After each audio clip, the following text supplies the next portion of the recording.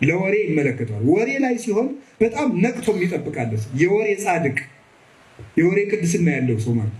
ከዚያ ደግሞ ለክህነት ክብር መስጠት፣ ፈሪሃ እግዚአብሔር ለንስሐ አባት፣ ለካህናት፣ ለመነኮሳት፣ ለጳጳሳት ክብር ስጡ። አሁን እኔ እንድታከብሩ ብዬ አይደለም። እኔ ባታከብሩኝ እንድታከብሩ ምንም ችግር የለም እምለው እየገባችሁ ከሆነ ለክህነት እንደው ክብር ስጡ።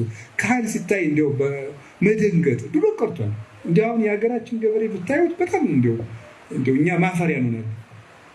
10 ሜትር ሲቀር እኮ ነው ዱላውን ጥሎ እጁን እንደዚህ አድርጎ ሊሳለም የሚመጣ። እናንተ አሁን አዲስ አበባ ካህን ለምዳችኋል። ተመስገን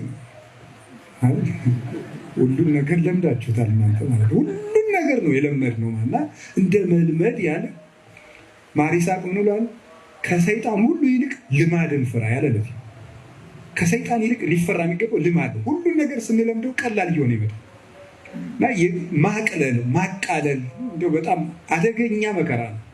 ስለዚህ እግዚአብሔር ሰዎች ወደ ንስሐ አባት መሄድ፣ ክህነት ላይ ትኩረት ማድረግ፣ ከግለሰብ ኃጢአት ይልቅ ክህነት ላይ ትኩረት ማድረግ፣ ማዕከላዊቷ ላይ እቺ በቅዱስ ህብረት የምትሰጠውን እሷን ክህነት ላይ ትኩረት ማድረግ።